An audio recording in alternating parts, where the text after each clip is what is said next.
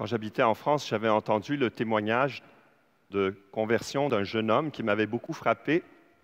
Il racontait qu'il était allé à un pèlerinage parce qu'il y avait une jolie fille qu'il connaissait et dont il tentait de s'approcher. Et donc, il fait le pèlerinage, puis petit à petit, il trouve ça quand même le fun. Il y a de la joie, il y a de l'amitié, il y a de la belle musique. Et puis, peut-être qu'il est allé se confesser, je ne sais plus. Bref, il a un peu perdu de vue la jeune fille et il s'est converti. Il a été rempli de la joie d'être chrétien. Puis, le lundi matin, il retourne au lycée. Et là, il s'aperçoit du péché du monde. Par contraste, il voit la ténèbre, celle de sa vie d'avant, celle du monde, mais elle apparaît dans cette lumière qu'il ne connaissait pas.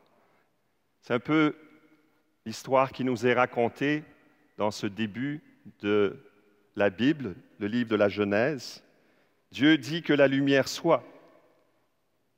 Il sépara la lumière et les ténèbres. Voilà comment Dieu crée et voilà comment Dieu recrée. Alors, je ne sais pas si vous avez fait la lectio cette semaine.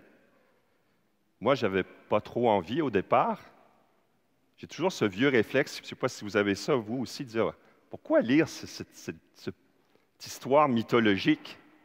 On sait bien aujourd'hui, la science, ça ne s'est pas du tout passé comme ça, avec le Big Bang et compagnie. Mais d'abord, il faut savoir que ce texte a été écrit pour Israël de la part de Dieu pour lui faire comprendre la différence radicale de sa religion avec les autres religions qui adoraient le ciel, qui adoraient la lune, les étoiles, l'arbre ou la vache. Et Dieu dit, non, je ne suis rien de ces choses-là, je suis tout autre, mais toutes ces choses-là sont bonnes et elles sont pour votre bonheur. Mais en même temps, avec l'évolution de la science, on sait bien que tout cela ne nous raconte pas comment s'est passée la création, mais nous donne des éclairages sur le pourquoi.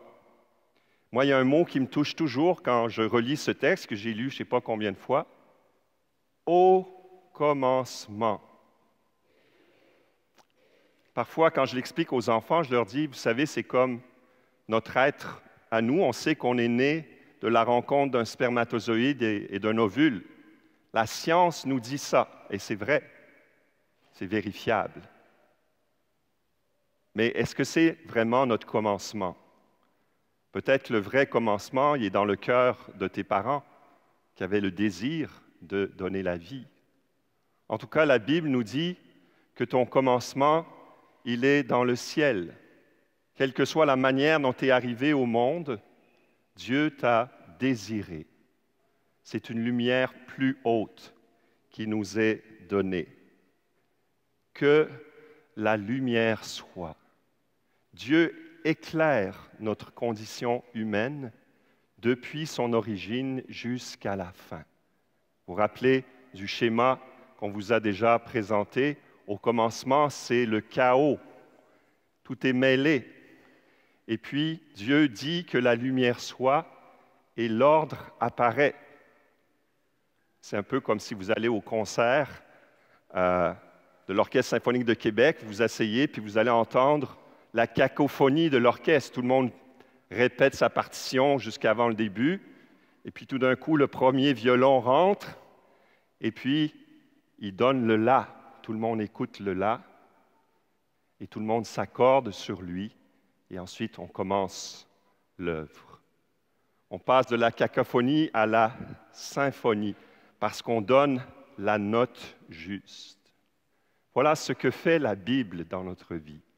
Voilà ce que fait le Logos qui nous fait passer continuellement du chaos au cosmos.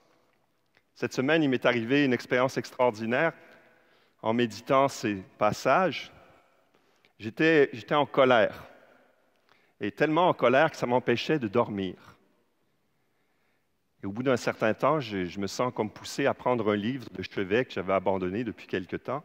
Je vous en ai déjà parlé, ça s'appelle Crucial Conversations. Et dans ce livre, on dit, bien, ne dites pas telle personne vous met en colère ou telle situation vous met en colère. C'est vous qui vous mettez en colère.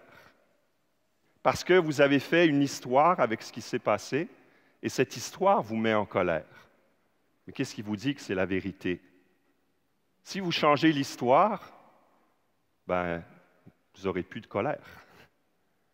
Qu'est-ce que tu décides? Est-ce que c'est tes sentiments qui te gouvernent ou est-ce que tu gouvernes tes sentiments?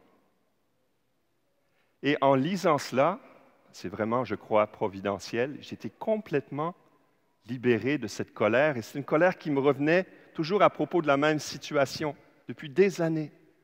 Ça a été fini, j'ai senti une grande paix. Que la lumière soit, Dieu sépara la lumière et les ténèbres.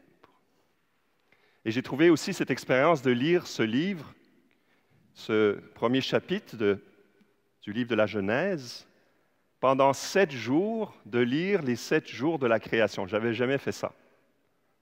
Et c'est un peu la même ritournelle, c'est un petit peu routinier l'histoire, mais il y a quelque chose de l'ordre de la sagesse qui nous est dit là-dedans. Il y eut un soir, il y eut un matin, Dieu vit que cela était bon. C'est que les choses se font dans le temps. Dieu prend le temps de faire les choses. Et c'est important pour passer du chaos au cosmos, de laisser le Logos faire son œuvre dans le temps.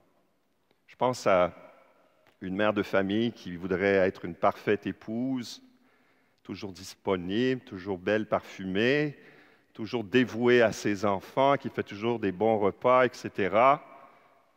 Beaucoup d'idéalisation, puis évidemment, elle n'y arrive pas, donc culpabilisation.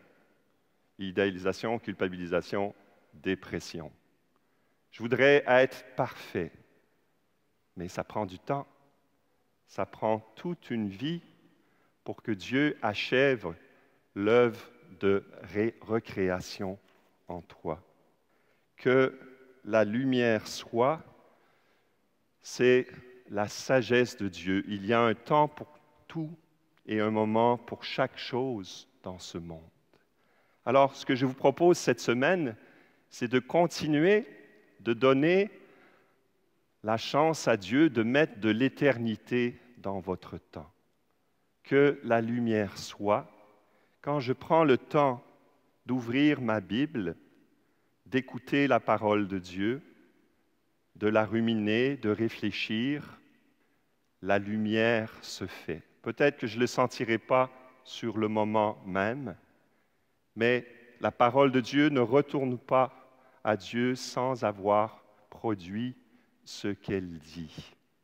Que la lumière vienne dans mon intelligence, dans mon cœur, dans la providence, peu importe la manière dont Dieu va s'y prendre. Mettre un petit peu d'éternité dans notre temps, c'est permettre à cette sagesse de Dieu de faire chaque chose en son temps, chaque chose à sa place. Moi, je suis étonné, ça fait plus de 30 ans que je suis chrétien, de voir comment Dieu, en tout cas de voir comment Dieu, il y a encore du travail à faire dans ma vie. Il ne cesse de mettre de l'ordre dans mon désordre. Et parfois des choses très simples, très fondamentales. Et je me dis, mais pourquoi, Seigneur, tu n'as pas fait ça il y a 20 ans ou 30 ans? Non, c'est maintenant qu'il a décidé de le faire dans sa sagesse. Mais quand il le fait bien. Et c'est pour toujours. Et c'est un acquis. C'est l'œuvre de Dieu. Le Logos fait du cosmos dans ton chaos. Je voudrais terminer en priant ensemble, si vous voulez. Dieu dit que la lumière soit et la lumière fut. Dieu vit que la lumière était bonne. Et Dieu sépara la lumière et les ténèbres. Il y eut un soir, il y eut un matin, premier jour. Oui, Seigneur, allume comme cette ampoule, cette lampe dans notre chambre, dans la chambre de notre vie, de notre être, où il y a une place pour chaque chose et un temps pour tout. Parce que tu veux pour nous, dans la puissance de ta résurrection, mettre l'ordre de ton royaume, nous délivrer de nos esclavages et nous faire vivre dans ta lumière, toi qui vis et règnes pour les siècles des siècles.